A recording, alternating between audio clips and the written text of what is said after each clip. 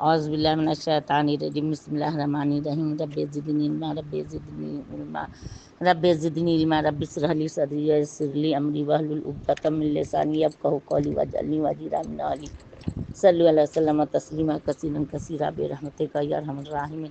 سورہ اللہ کے نام سے جو نہایت مہربان بہت رحم والا ہے۔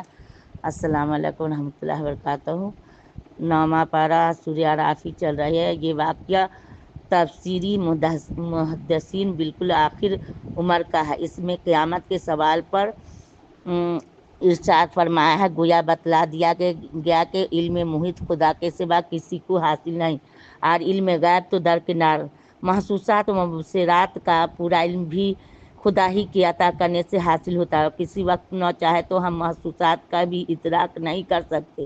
بہرحال اس آیت میں کھول کر بتلا دیا گیا کہ اختیار مستقل یا علم محیط نبوت کے لوازم میں سے نہیں، جیسے کہ بعض جوہلا سمجھتے تھے۔ ہاں، شرعیات کا علم جو انبیاء علیہ السلام کے منصب سے متعلق ہے کامل ہونا چاہیے، اور تکوینیات کا علم خدا تعالیٰ جس کو جس قدر مناسب جانے عطا فرماتا ہے۔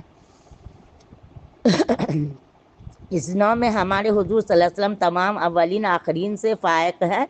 آپ کو اتنے بے شمار علوم و معارف حق تعالیٰ نے مرحمت فرمائے ہیں جن کا احصار کسی مخلوق کی طاقت میں نہیں۔ خدا نے سب انسانوں کو آدم علیہ السلام سے پیدا کیا۔ آدم علیہ السلام کے انس اور سکون و قرار حاصل کرنے کے لیے اس کے اندر سے اس کا جوڑا ہوا بنایا، پھر دونوں کی نسل چلی۔ جب مرد عورت سے فطری خواہش کی پوری کی تو عورت حمل کی ابتدائی حالت میں کوئی گرانی نہ تھی۔ عورت حسب معمول چلتی پھرتی اور اٹھتی بیٹھتی رہی۔ جب پیٹ بڑھ گیا اور کون جان سکتا تھا کہ اس کے اندر کیا چیز پوشیدہ ہے، تب مرد عورت دونوں نے حق تعالیٰ کے جناب میں عرض کیا کہ اگر آپ اپنے فضل سے بھلا چنگا کارآمد بچہ عنایت فرمائیں گے تو ہم دونوں بلکہ ہماری نسل بھی تیرا شکر ادا کرتی رہے گی۔ اللہم لک الحمد و لک الشکر۔ خدا نے جب ان کی یہ تمنا پوری کر دی تو ہماری دی ہوئی چیز میں اوروں کے حصے لگانے شروع کر دیے۔ مثلا کسی نے عقیدہ جما لیا کہ یہ اولاد فلاں زندہ یا مردہ مخلوق نے ہم کو دیا، یا کسی نے اس عقیدہ سے نہیں تو عملہ اس کی نظر نیاز شروع کر دی، یا بچہ کی پیشانی اس کے سامنے ٹیک دی، یا بچہ کا نام ایسا رکھا جس سے شرک کا اظہار ہوتا، مثلا عبدالعزیٰ یا عبدالشمس وغیرہ۔ غرض حق منعم حقیقی کا تھا، وہ اعتقاداً یا فعلاً یا قولاً دوسرے کو دے دیا گیا۔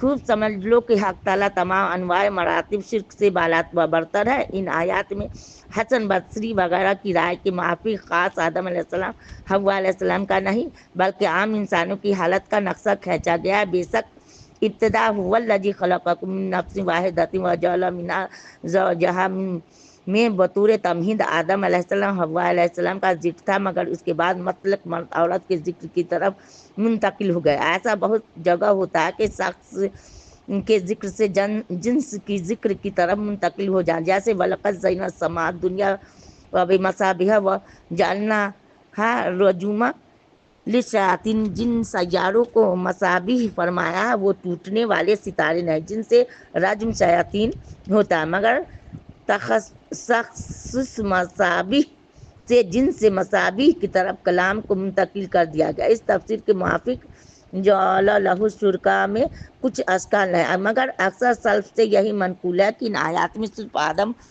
علیہ السلام حوا علیہ السلام کا قصہ بیان فرمایا ہے۔ کہتے ہیں کہ ابلیس ایک نیک مخلوق کی صورت میں حوا کے پاس آیا اور فریب دے کر ان سے وعدہ لے لیا کہ اگر لڑکا پیدا ہو تو اس کا نام عبدالحارث رکھے۔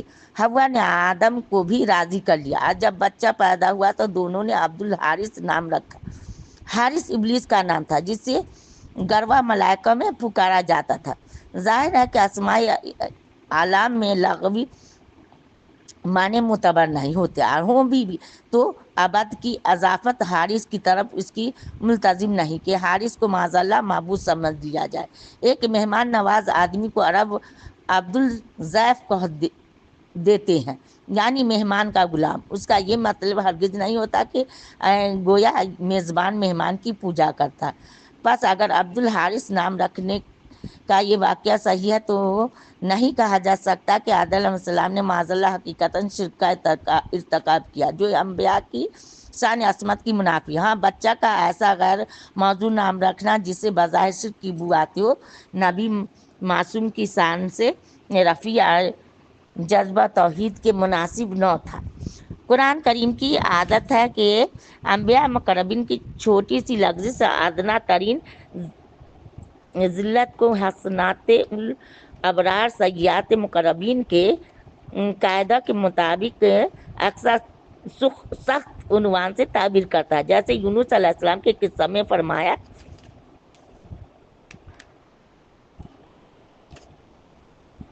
حتیٰ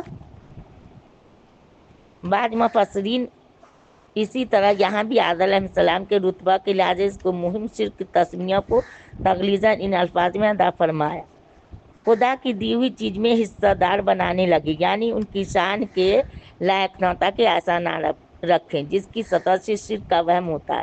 وہ حقیقتاً شرک نہیں، شاید اس لیے فقط شرکا وغیرہ مختصر عبارات چھوڑ کر یہ طویل عنوان جولا لہو شرکا فیما آتاہما اختیار فرمایا. واللہ حافظ امام الدین ابن کثیر نے بتایا ہے کہ عبد الحارث نام رکھنے کی حدیث مرفوع جو ترمذی میں ہے وہ 3 وجہ سے معلول ہے.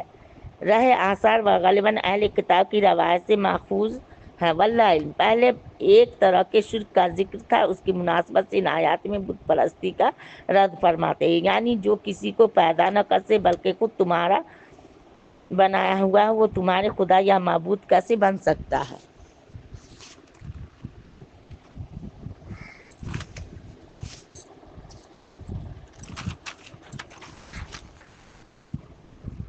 جن بتوں کو تم سے معبود ٹھہرایا، تم نے معبود ٹھہرایا، خدا کا حق دیا، وہ تمہارے کام تو کیا آتے، خود اپنی حفاظت پر بھی قادر نہیں. آپ باوجود خود مخلوق ہونے کے ان کمالات سے محروم ہے جن سے کسی مخلوق کی دوسری پر تفوق و امتیاز حاصل نہیں ہو سکتا. گو ان کی ظاہری ہاتھ پاؤں آنکھ کان سب کچھ تم بناتے ہو، لیکن ان اعضاء میں وہ قوتیں نہیں جن سے انہیں اعضاء کہا جا سکے. نہ تمہارے پکارنے پر مصنوعی پاؤں سے چل کر آ سکتے ہیں، نہ ہاتھوں سے کوئی چیز پکڑ سکتے ہیں، نہ آنکھوں سے دیکھ سکتے ہیں، نہ کانوں سے کوئی بات سنتے ہیں. اگر پکارتے پکارتے تمہارا گلا پھٹ جائے گا تب بھی وہ تمہاری آواز سننے والے، اس پر چلنے والے یا اس کا جواب دینے والے نہیں. تم ان کے سامنے چلاؤ یا خاموش رہو، دونوں حالتیں یکساں ہیں، نہ اس سے فائدہ نہ اس سے نفع. تعجب ہے کہ جو چیزیں مملوک و مخلوق ہونے میں تم ہی جیسی عاجز و درماندہ بلکہ وجود کمالات وجود میں تم سے بھی گئی گزری ہو انہیں خدا بنا لیا جائے، اور جو اس کا رد کرے اس سے نقصان پہنچنے کی دھمکیاں دی جائیں. چنانچہ مشرکین مکہ نبی کریم صلی اللہ علیہ وسلم کو کہتے تھے کہ آپ ہمارے بتوں کی بے ادبی کرنا چھوڑ دیں ورنہ نہ معلوم وہ کیا آفت تم پر نازل کر دے. اسی کا جواب دیا، یعنی تم اپنے سب شرکا کو پکارو اور میرے خلاف اپنے سب منصوبے اور تدبیریں پوری کر لو، پھر مجھ کو 1 منٹ کی مہلت بھی نہ دو، دیکھو تم میرا کیا بگاڑ سکو گے. یعنی جس نے مجھ پر کتاب نازل کیا، منصب رسالت پر فائز کیا، وہی ساری دنیا کے مقابلہ میں میری حفاظت کرے گا، کیونکہ اپنے نیک بندوں کی حفاظت و عنایت وہی کرتا ہے.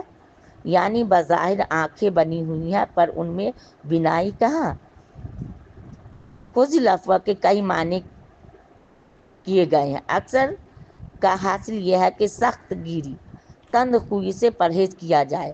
اسی کو مترجم محقق نے درگزر کی عادت سے تعبیر فرمایا. گزشتہ آیات میں بت پرستوں کی جو تحمیق و تجہیل کی گئی تھی، بہت ممکن تھا کہ جاہل مشرکین اس پر برہم ہو کر کوئی ناشائستہ حرکت کرتے یا برا لفظ زبان سے نکالتے. اس لیے ہدایت فرما دی کہ عفو درگزر سے کی عادت رکھو، نصیحت کرنے سے مت رکو، معقول بات کہتے رہو، جاہلوں سے کنارہ کرو، یعنی ان کی جہالت آمیز حرکتوں پر روز الجھنے کی ضرورت نہیں. جب وقت آئے گا ذرا سی دیر میں ان کا سب حساب بے باک ہو جائے گا.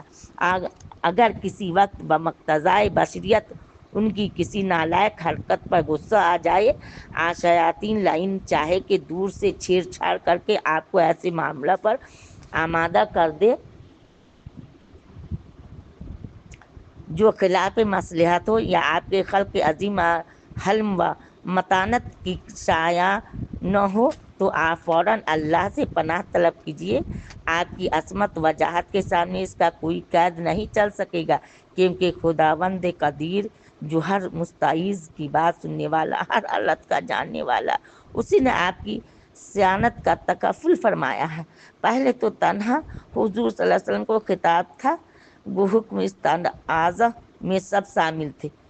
اب عام متقین خدا ترس پرہیزگاروں کا حال بیان فرماتے ہیں، یعنی عام متقین کے حق میں یہ محال نہیں کہ شیطان کا گزر ان کی طرف ہو اور کوئی چرکہ لگا جائے۔ البتہ متقین کی شان یہ ہوتی ہے کہ شیطان کے اغوا سے ممتدد غفلت میں نہیں پڑتے، بلکہ ذرا غفلت ہوئی، خدا کو یاد کر کے چونک پڑے، ٹھوکر لگی، ماں سنبھل گئے، سنبھلتے ہی آنکھیں کھل گئے، غفلت کا پردہ اٹھ گیا، اللہ وہی نیک کار میں بنا، نیکی بدی کا انجام سامنے نظر آنے لگا، بہت جلد نازیبا کام سے رک گئے۔ باقی غیر متقین جن کے دل میں خدا کا ڈر نہ ہو اور جنہیں شیطان کی برادری کہنا چاہیے، ان کا حال یہ ہے کہ شیاطین ہمیشہ انہیں گمراہی میں کھینچتے چلے جاتے ہیں اور رگیدنے میں ذرا کمی نہیں کرتے۔ ادھر یہ لوگ ان کی اقتدا پیروی میں کوتاہی نہ کرتے، اسی طرح ان شیاطین کے غرور سرکشی کو اور